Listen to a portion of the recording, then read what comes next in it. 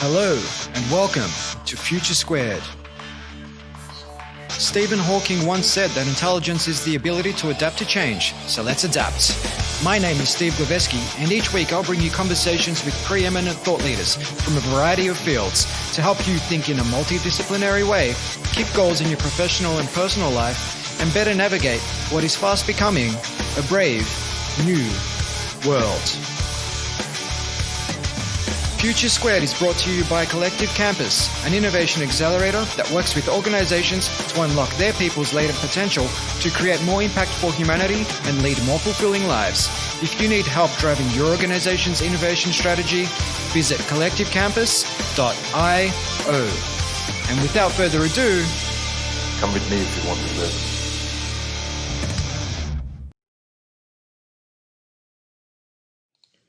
Welcome to the show, Daniel. Thank you, Steve. Thank you for having me. It's an absolute pleasure to have you on the program. Just before we jump right into things, I mean, it'd be great to just know how you're coping, hold up in Sydney, I believe, during this crazy times we find ourselves in. Yeah, so fortunately, a little bit better than in Victoria at the moment. So we're out of lockdown and able to get out and enjoy, go back to the restaurants and bars and back to our co-working spaces. So that's been really helpful. But do spare a thought for family and friends back in Victoria. So I hope everything's going well. Yeah. It's funny how much you value these things once they've been taken away. And I remember my first night out of lockdown I think it was about a month ago. The first time I went back to a restaurant, it was just like such a treat. Whereas previously I'd just taken that for granted. So I guess it speaks volumes of human nature, if you will. But I'm really keen to jump into our conversation today to talk about Parpera, talk about fintechs in Australia. And I guess for our audience's benefit, I mean, we know each other from our time together at Ernst & Young many years ago. That's where I met you back in 2011. I can't believe it's been that long, almost 10 years. Wow. I hadn't even thought about that. But before we even get to that, I'd love to learn a little bit about your upbringing, Daniel. If you can take me back to when you were 10 years old, I'd love to learn a little bit about your upbringing and also how you first started to not necessarily get involved, but even just to start thinking about the notion of money or business, because that is essentially the wheelhouse you're playing in with Parpera today. Yeah, no, thanks, Steve. That's a really good point. And I think it's always really important to understand where certain thoughts or strands of thoughts start in one's life. You'll find often with a lot of business leaders, they'll often talk about where they were first inspired to do something. And that moment in their life will actually be years or decades before they actually ever did anything with that thought. So for me, I have very fond memories of back when I was 10 years old. My family has a small accounting firm that my mother and father worked together. I grew up in northwestern suburbs of Melbourne and in a migrant community. So exposure to business and exposure to the global economy wasn't something that was normal.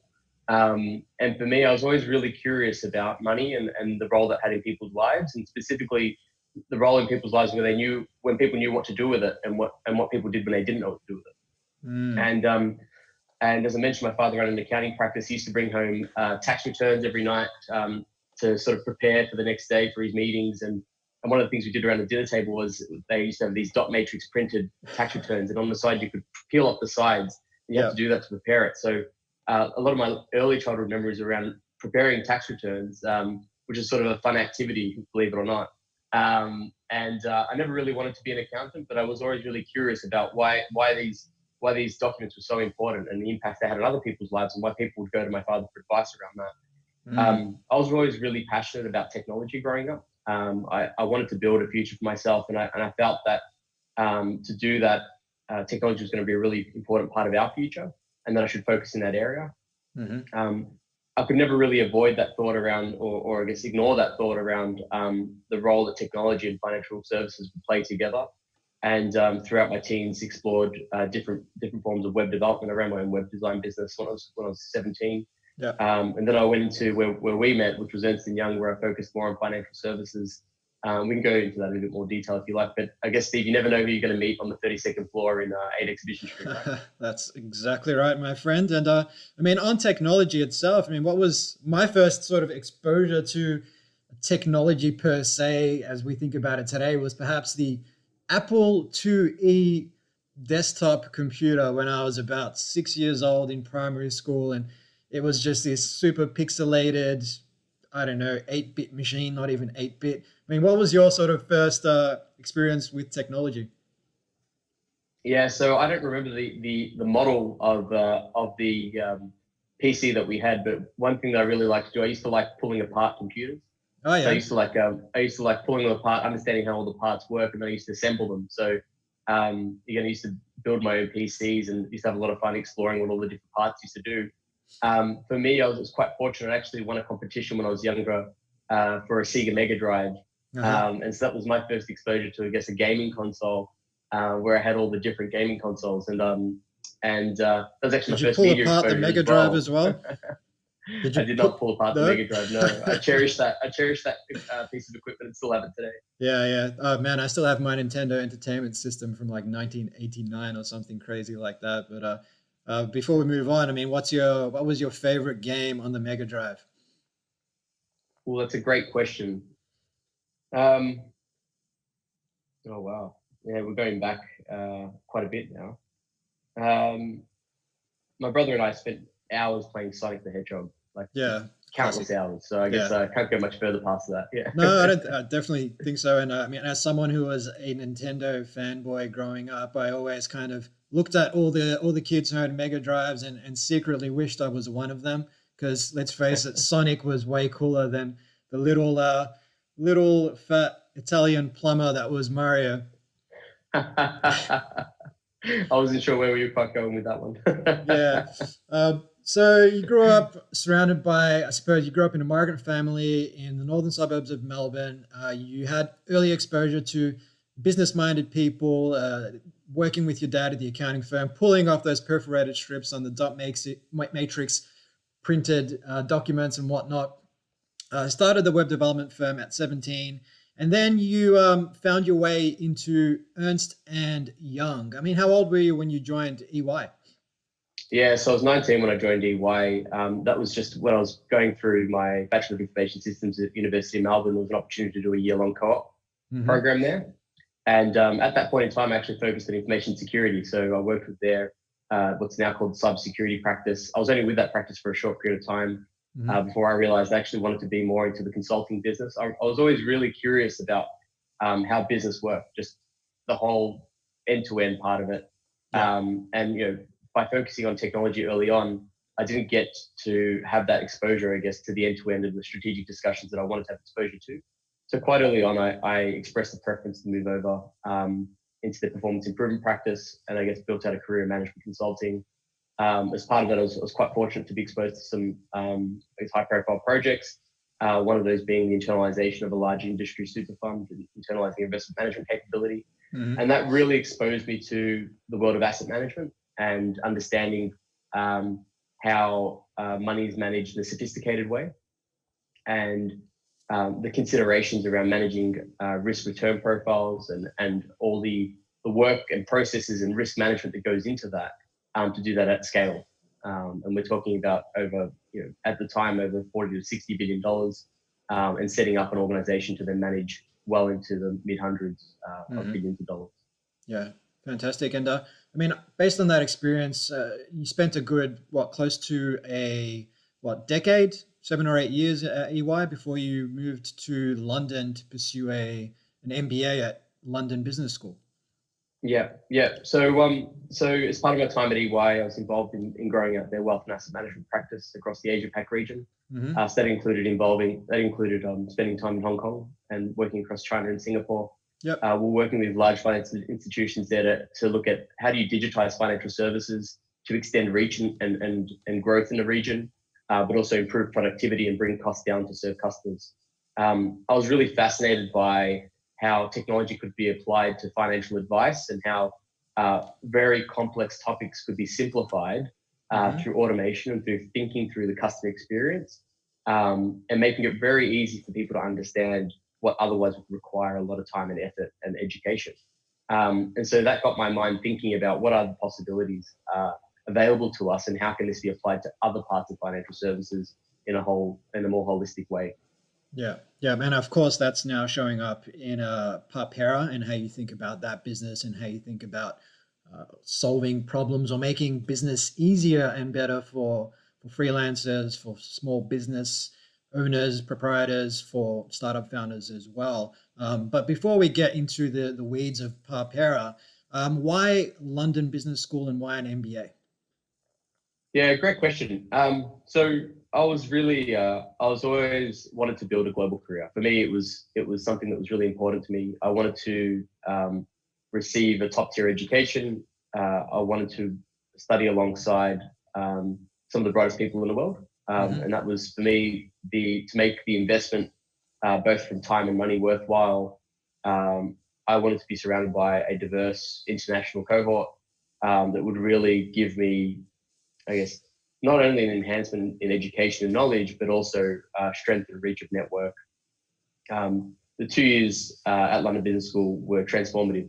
So they often do advertise that, but it really was. It gives you an opportunity. And I think many people have probably experienced this now through having an opportunity to reset their lives through COVID, and taking a break from the everyday and really having a time to reflect.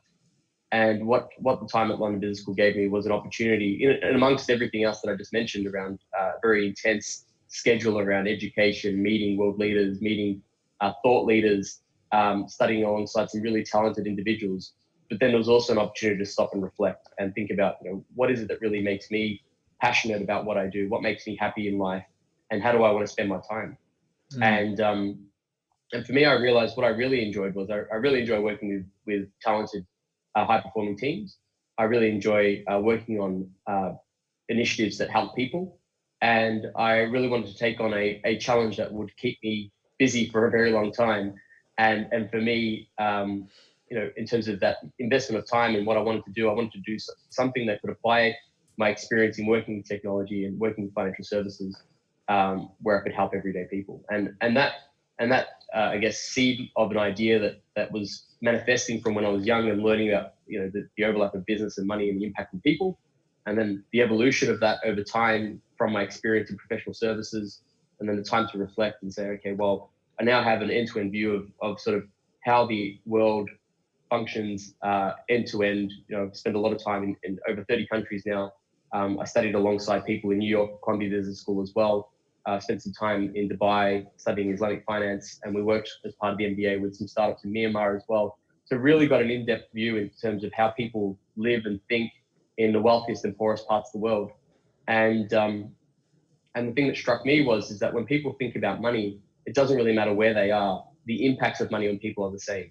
And so at the highest level, all of us have a need to make a living, to provide for ourselves and for our families, or for our friends or community.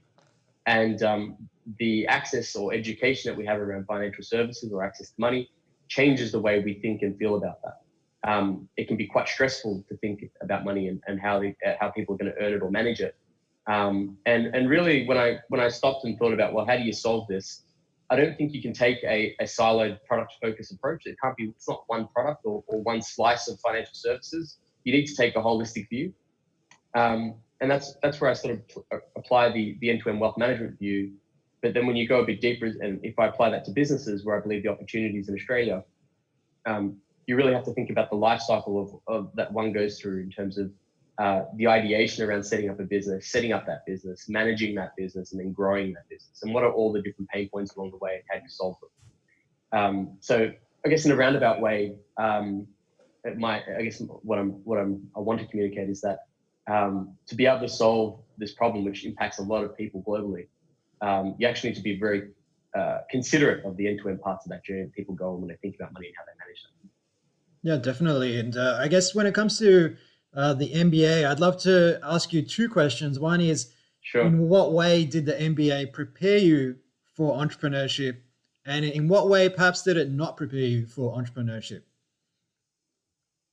Yeah, so I think, really good question, Steve. So firstly, the MBA prepared me for entrepreneurship because it broke the mold that I was used to operating in. So I worked in a very structured environment. It was high pace, it was high performance, but it was also resource rich. So we always had people in every part of the world that we needed to be able to leverage to do things. And so that was kind of, I guess, to step out of that zone and then being in an environment where you're hitting reset, but also growing very quickly. You're dealing with a lot of change very quickly. You're moving around geographically quite quickly. And you're dealing with a lot of ambiguity and a lot of questions that can't necessarily be answered at the time, but you need to just learn to deal with it and move on. The course itself is quite structured and goes quite deep into entrepreneurship, so in certain parts. And so for me, I focused on strategy, finance, and entrepreneurship as my 3 key focus areas. Sometimes I wish I had a bit of space for more marketing, because I'm finding that's something that's quite useful now. And I know that Collective Campus is helping with that, so thank you. So realistically, what the MBA did actually was open up my eyes to what's possible. And I met people like you and I that had ideas.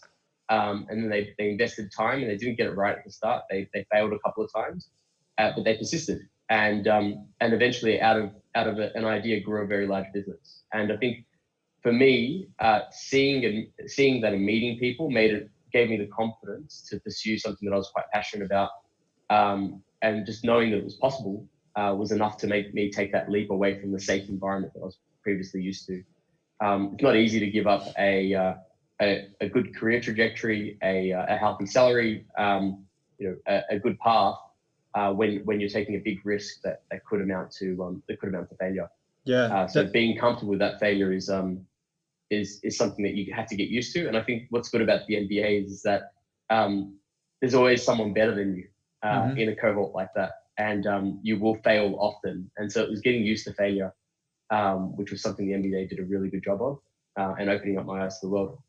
In terms of what it didn't prepare me for, well, the MBA is quite a significant investment of time and money.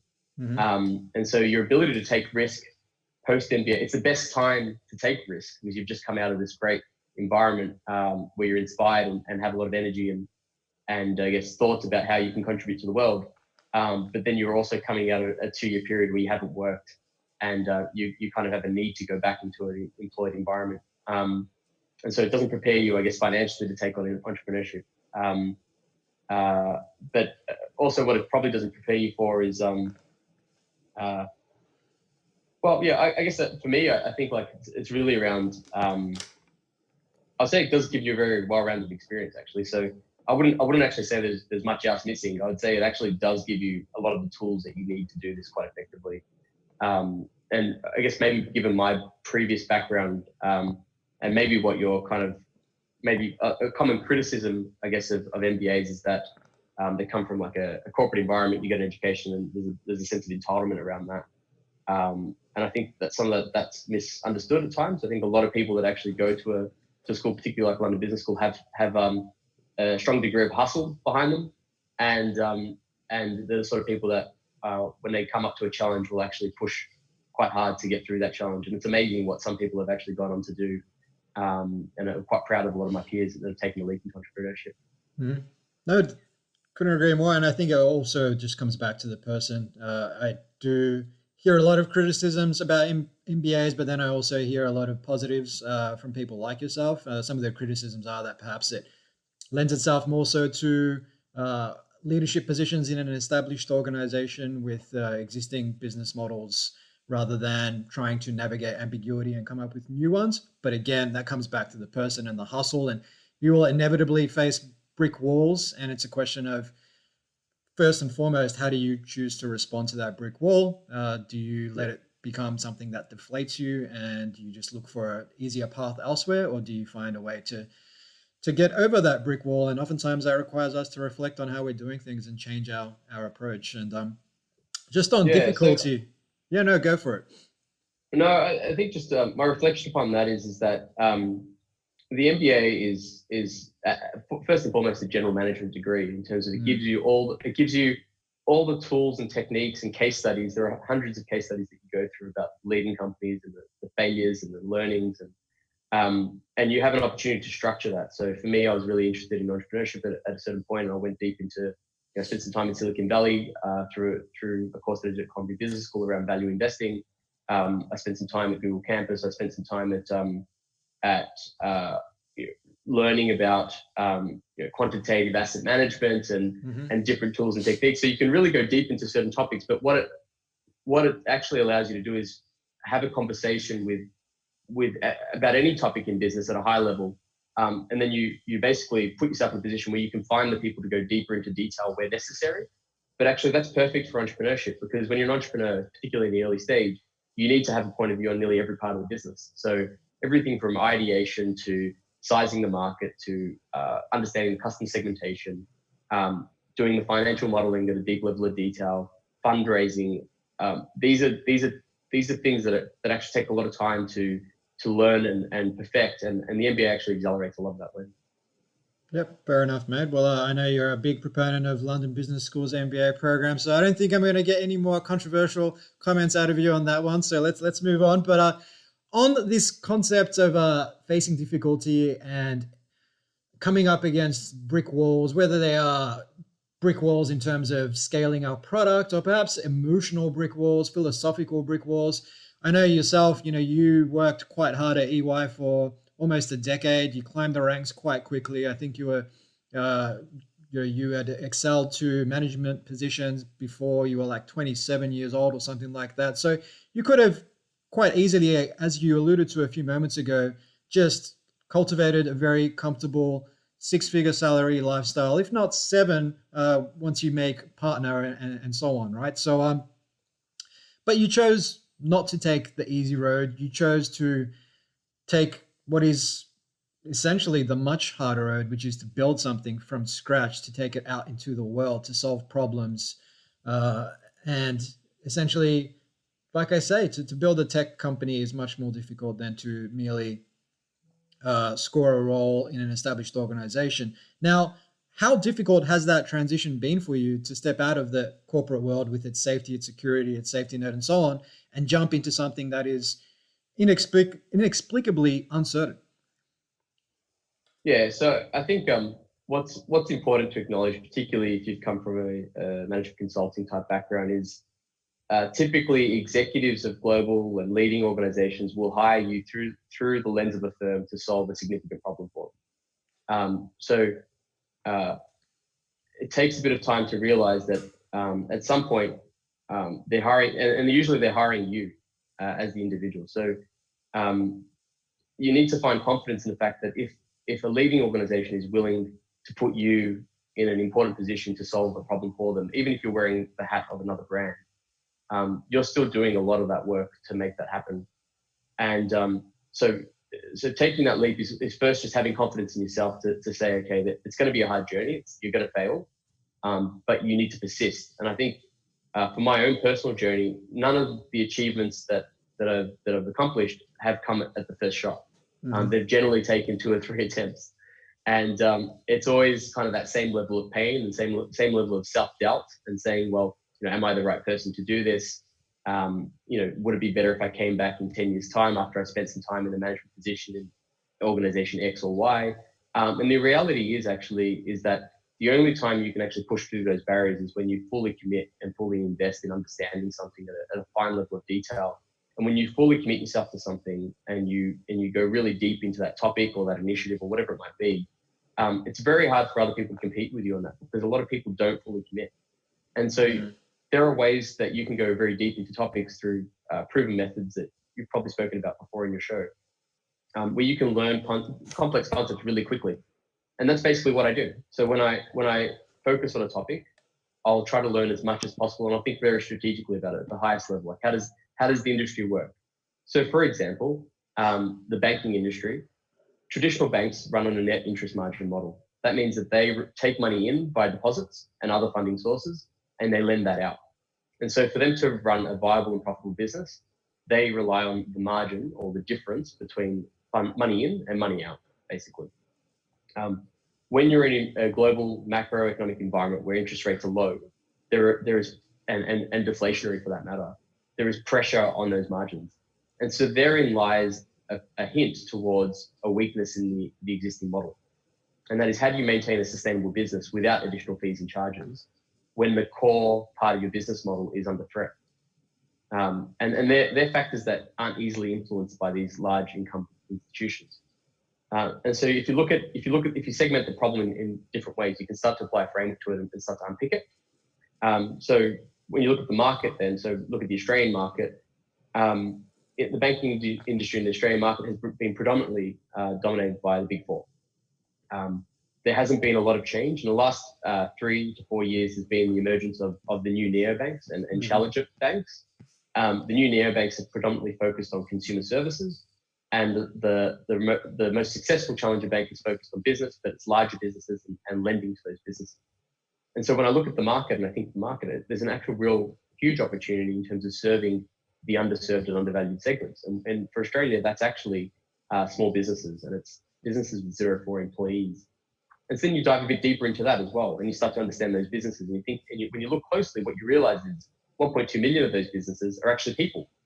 And so they're not so different to just everyday consumers, but because they've started a business, the banks treat them with a business hat and forget about the fact that they're people. And so these people fall in the cracks between consumer and business. And I know I've kind of diverged a little bit from your initial question, but effectively, when you're going to take a challenge and you're going to go into something, you need to fully commit. And I think the longer you take to fully commit, the more setbacks you'll receive. You can only hedge your bet or hedge your risk for only so long before it becomes ineffective. And I guess a thing you learn in finance is that a full hedge is actually a very expensive way to manage money. No good asset manager ever fully hedges their bet. You don't want risk to be zero, because if you've got zero risk, you have zero return. 100%. Or at least you get return in line with the risk-free rate. Actually. Yeah.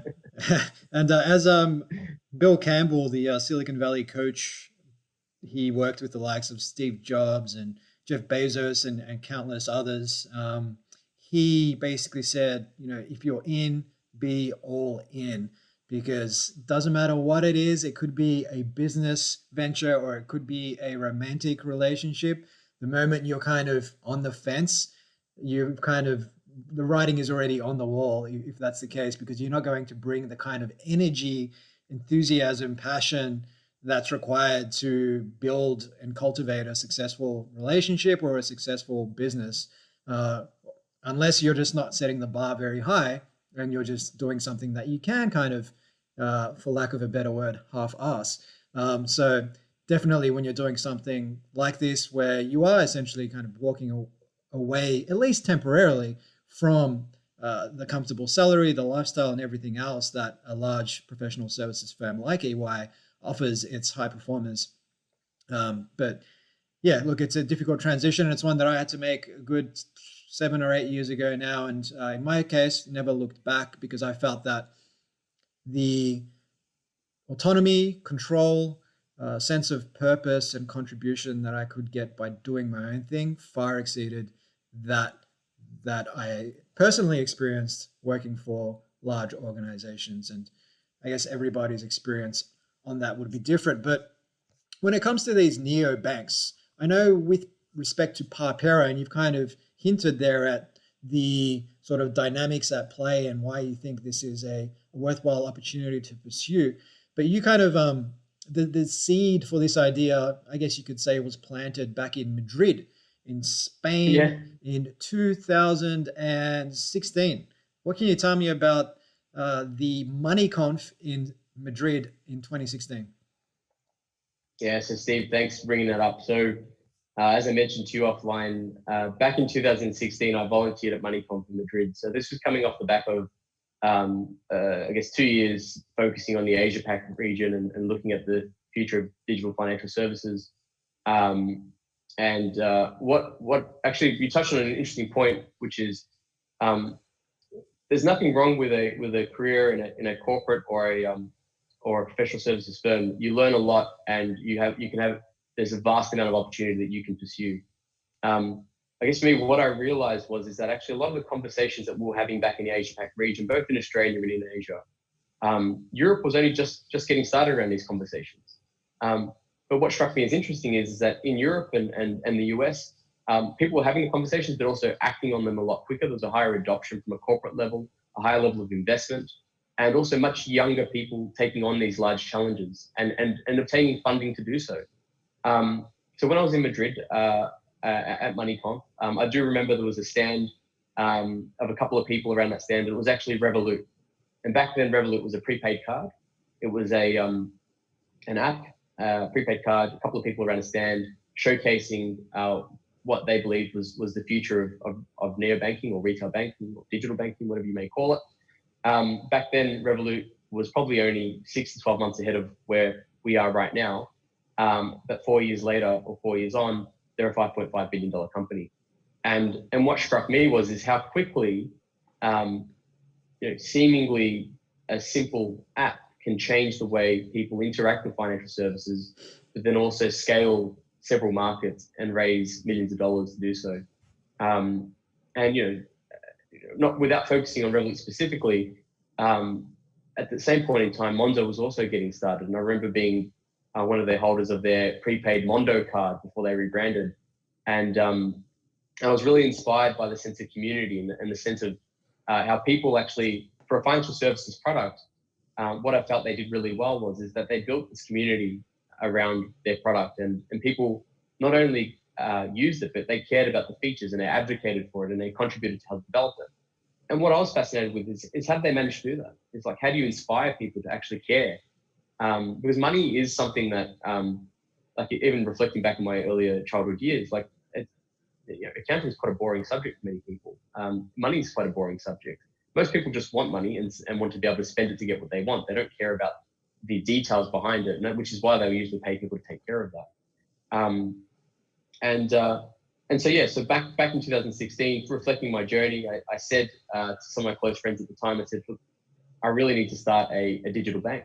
And they thought it was a bit crazy for suggesting that. And I guess, and post that Madrid trip, I actually came back to Australia via Hong Kong and discussed that with a couple of people. When I got to business school, I actually pitched it to one of the entrepreneurs in residence there. And they actually told me, you're not going to make any money. You're going to get squeezed in the money market. There's no money to be made. Don't waste your 2 years doing that. Think of something else. And I parked the idea for a very long time. And that sense of risk aversion kicked in. And I spent a lot of time, looking at different options post MBA, and did a lot of cool different things and met very interesting people. But in the end, it never really left me this seed of an idea to go back to Australia. And I did return to Australia last year. I initially focused on a consumer segment. I found that I was late to focus on that segment. And it was only until I really started to explore deeper into the business segment and start to think about that holistic approach that I was able to pivot that model and think about how could I take a holistic approach to solve the key jobs to be done for businesses, as opposed to, no one wants a business account, no one wants a bank account. People want to be able to use money, and it just so happens that a bank account is one way to provide them with that ability to do so. So Parpera is not a bank. I want to be very clear about that. That has a very specific regulatory meaning. But we see ourselves as a fintech. And what we'll initially look to do is, as I mentioned, we're building an ecosystem of fair and transparent products and services.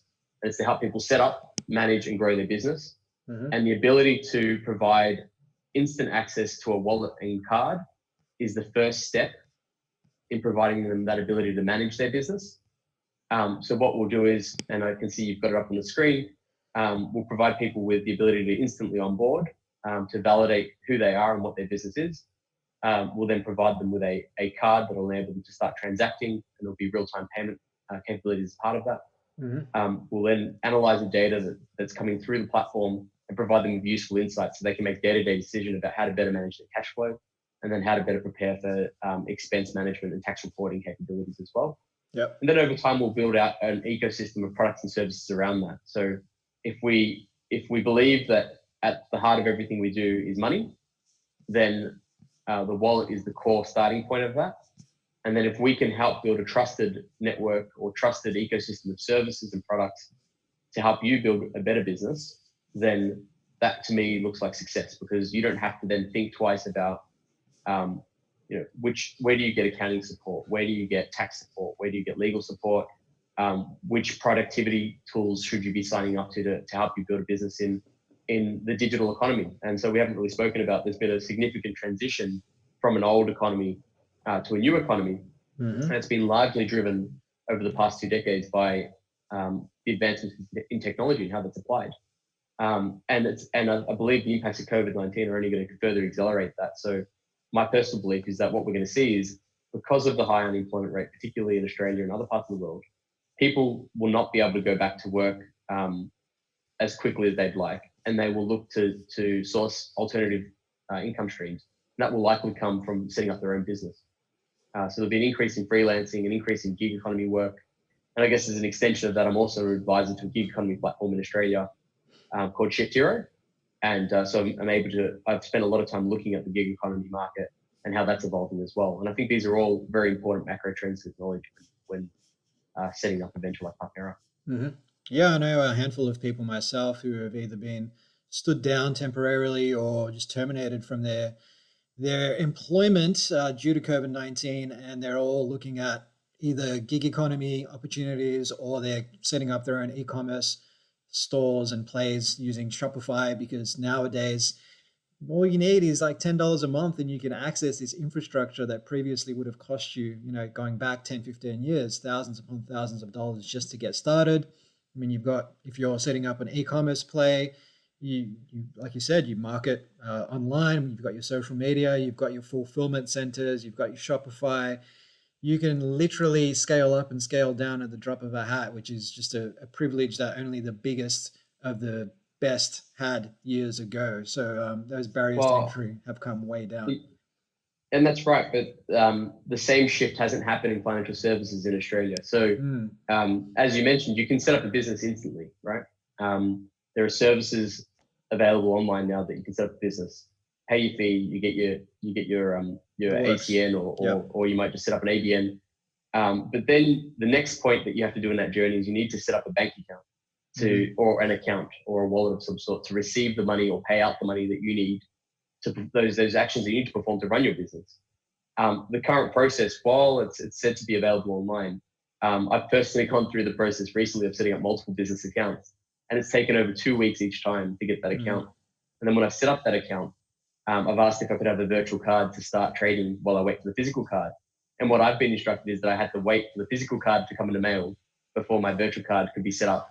And so it kind of defeats the purpose of having a virtual card if you have to wait for the physical card. Yeah. So there are some hygiene features that we'll look to address instantly when we start this project. And they'll be in our MVP to address those. And then once we've addressed the hygiene features, we'll start to expand into other parts of the business life cycle. So for example, through talking to over 500, so we've surveyed, interviewed over 500 businesses. And what we found through that is actually there's a huge demand for a simpler invoicing experience that's actually in the app. So people don't want to go to multiple different apps to do their invoicing. They want their money to come. They want to invoice from where their money is received, and they want an easier way to track that. So I don't remember the stat specifically. I just recently posted it, but somewhere close to 70% of businesses actually still manage their invoices via spreadsheets, Word documents, and email. And I guess you know how difficult it is to go through your inbox after a month of an invoice sitting there to try and find it to see if you paid it on time. So the idea is that if we can reduce the friction between the individual trying to run their business and the tasks they need to do to run that business, so particularly around financial services, that we can free up time for them to focus on being more productive in their business and in their personal life. And so for me, at the highest level, Parpera's objective is how do we improve the economic prosperity of not only people, businesses, but also the wider community and overall society. And I think this comes at a time where we need entrepreneurs to be thinking about how do they improve more than just the specific goal of their product? How do you have a wider impact? And I think what you find is a lot of people want to be part of something that has a purpose like that. And particularly a lot of the early members of our community have said that it's our purpose that really resonates with them. And a lot of our early employees and also people that we speak to about working with us, it's our purpose that really resonates with them. So it's not about the product, it's about what we're trying to achieve in the long term. Yeah. And I think as Marcus Aurelius, the Roman philosopher king, said, nothing should be done without purpose, whether that is in your personal life or your professional one. And I think when you have purpose at the core of what your company does, it does become a lot easier to not only galvanize employees, but also build a community around your brand as well, which is something that you see with a lot of the other neobanks across the world. And you're absolutely right when it comes to setting up those bank accounts. I mean, sure, you can use interim measures like whether whether it's Stripe or PayPal or something like that, but to get a legitimate bank account. I remember sitting in an office at a Big Four bank, and I'll name the bank. It was Westpac because they really need to improve their customer experience. I sat there for about an hour and a half, literally in a business bank manager's office, answering questions as they set up my business bank account for a new venture of mine for an hour and a half. And I just figured, firstly, why do I need to come to the office to answer these questions face to face? Obviously, there's many different ways to verify someone's ID. And secondly, it just seemed like I just felt that in this world where we have seamless, almost instant gratification for almost everything, to sit there for an hour and a half and answer a whole bunch of questions, many of which were repeat questions around my name, address, and things of that persuasion. I just couldn't reconcile these two worlds coming out of the tech sort of startup world and having to sit there for this what felt like a 1980s sort of onboarding process. Yeah, and I empathize with your experience.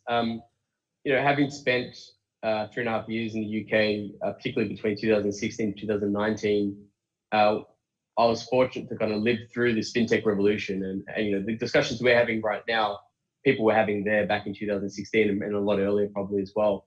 And it was really about, everything else is advancing. Why isn't financial services advancing at that same pace? And why don't I have that same level of customer experience that I could expect from other technology companies like your Googles, Facebook, Uber? Like, things should just be seamless. They should integrate with the things that are around me. A recent stat that we posted on our social media was that, I can't remember the exact percentage, but the third highest pain point that people had when dealing with their business bank was around connecting with other apps and services that they use. So there's definitely demand for that seamless connectivity. What I identified from the UK was that in Australia, actually, we're about 3 to 5 years behind where they are in the UK and in other parts of the world as well. And so we've got the ability to actually leverage a lot of the learnings from there. And so I've been quite deliberate about setting up our team. Our CTO, Nathan, is in the UK. He recently set up a neobank there and scaled it. On our advisory team, we also have the ex-CTO and COO of Loot, an early stage neobank, no longer in existence, but they had a very deep experience in running and scaling these types of propositions and very deep understanding of what makes them effective. And then I've built a team, an advisory team, and also local team that goes deep into understanding fintech, financial services, and small businesses in the Australian context as well, because it's very important to understand the nuances between markets and the different features that might be more important here as opposed to there, but then also what's relevant at a global level, so then to position ourselves and then scale to new markets once we've actually proven out the proposition here in Australia. Yeah, no, that makes sense. And I guess when it comes to community development and co-designing the platform with freelancers, small business proprietors, and so on, I mean, what's being done in that space? I mean, you mentioned a number of interviews, but what's the ongoing conversation look like? Yeah, so initially, everything to do with our branding, key features, basically every key component of this business, we've sat down and spoken to people in our, in our community. So it initially started off with some interviews. We then launched an independent survey that went out to 500 businesses. We structured those questions around, firstly, pain points around business banking, fees associated with features that are important to them. Then we looked at the ancillary services around running a business, so accounting and bookkeeping. And then we looked at some more general questions about people and their demographics. And what we wanted, the reason why our brand is segmented around, very deliberately around there are 3 different colors and I guess 3 different personas that we display. And we talk about small businesses or sole traders. We talk about freelancers and we talk about entrepreneurs. And each of those subsegments actually have very specific needs and have quite interesting nuances between the way they interact with financial services. For example, if we focus on non-employing businesses, so sole traders or freelancers or an early stage startup, yes, they all need a wallet. However, for an early stage startup, for example, invoicing isn't as important to them. So they're more looking to manage their cash flow because they've got money coming in to seed the business, but they're probably not generating revenue. So, but it's very important to make it easier for those types of businesses to go to market because we need a stronger entrepreneurship ecosystem here in Australia. So I'm very passionate about helping startups and entrepreneurs. Then you look at freelancers and service-based businesses. Freelancers will have 1 or 2 invoices a month, and they usually work with a set of clients, and then they need to be able to track sort of what are the tax obligations to that, what are the key expenses that are coming through, and then how do they pay themselves as well. And so one of the payment features that came up through the interviews were that, and I hadn't thought of before speaking to our customer base about that, which was the feature to be able to pay yourself, which we often forget about when running a business. That our business money is different to our personal money, and you need to be careful about how you pay that through to yourself. And then when you're talking about small businesses, well, you start with what we're starting as service-based businesses. So goods-based businesses will eventually be on our roadmap as well, but they have very different needs to professional services business. So again, it's around invoice tracking, it's around cash flow management, and it's around then better reporting to enable them to attend to tax matters better as well. Fantastic. So to date, Daniel, how much has Parpera raised in terms of capital? Yep. So, excuse me for a second, that's blocked out there. So Parpera raised a pre-seed round of 155,000, and now we are preparing to do an equity crowdfunding round. Yep. The initial raise Equitize? was with Equitize, that's right. So the initial raise was to help us get started, to fund a lot of the initial business setup, design, understanding the customer, commencing our technology development, recruiting key hires. And now we're about to launch a campaign on Equitize. So the reason why we're equity crowdfunding is we believe that it's really important for the community to have shared ownership of the business. And we want to provide people to have ownership of that early on. So one of the really good things about equity crowdfunding is that it democratizes access to the unlisted asset class, or more importantly, the startup investments or private investments. They're investments that are usually reserved for high net worth individuals. And what that means is effectively is that, yes, while it is high risk, everyday people don't get access to that high risk, that high return profile, which can have a meaningful difference if the business is successful. And so for me, it was, how do you make it accessible to people to have ownership in something that can potentially be very large and very profitable and I guess highly remunerative upon an exit or IPO? How do you give someone, the everyday person, access to that? And how do you give your potential customers access to that as well? Because ultimately, if you share the ownership with people that are going to use the product, they have a vested interest to see its success, but they can also share in its benefits, and they can help shape how that business evolves over time. So, I really go back to this important thing about community, and equity crowdfunding is one component of that. The other component is around our community forums, so starting to interact with people and starting to sort of give them a platform to express their frustrations around business, but also participate in the discussion around how do we make it easier for people to do business? What are the features that we should be building for Parpera? And then also connecting people, so helping people connect with other businesses and hopefully form like a place of trust where people can do business with each other, which we'll associate with our brand as well. And so as part of the equity crowdfunding campaign, we're looking to raise a seed funding round. That round, we're finalizing what the minimum and maximum are going to be. I really do encourage people to visit equitize.com and sign up to the page and register for that, because we really appreciate the support.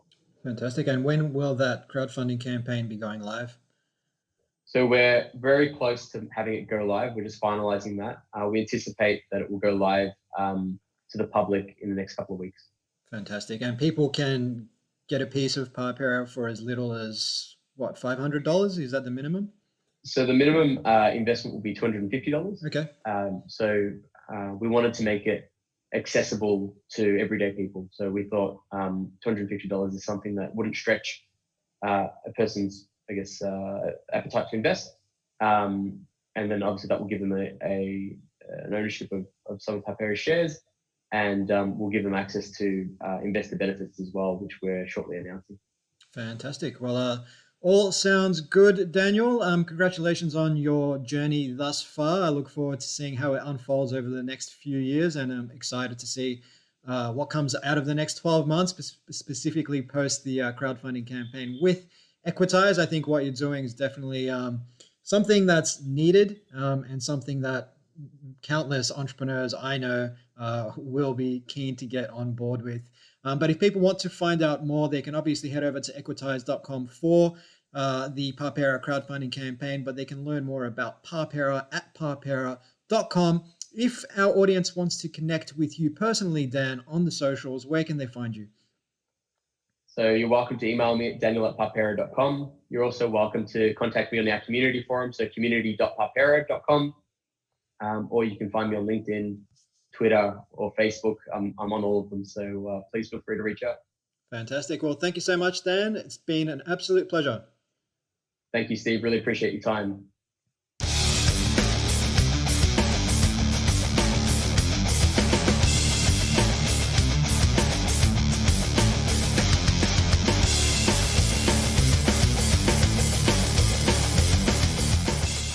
This has been a No Filter Media production. Say what you want.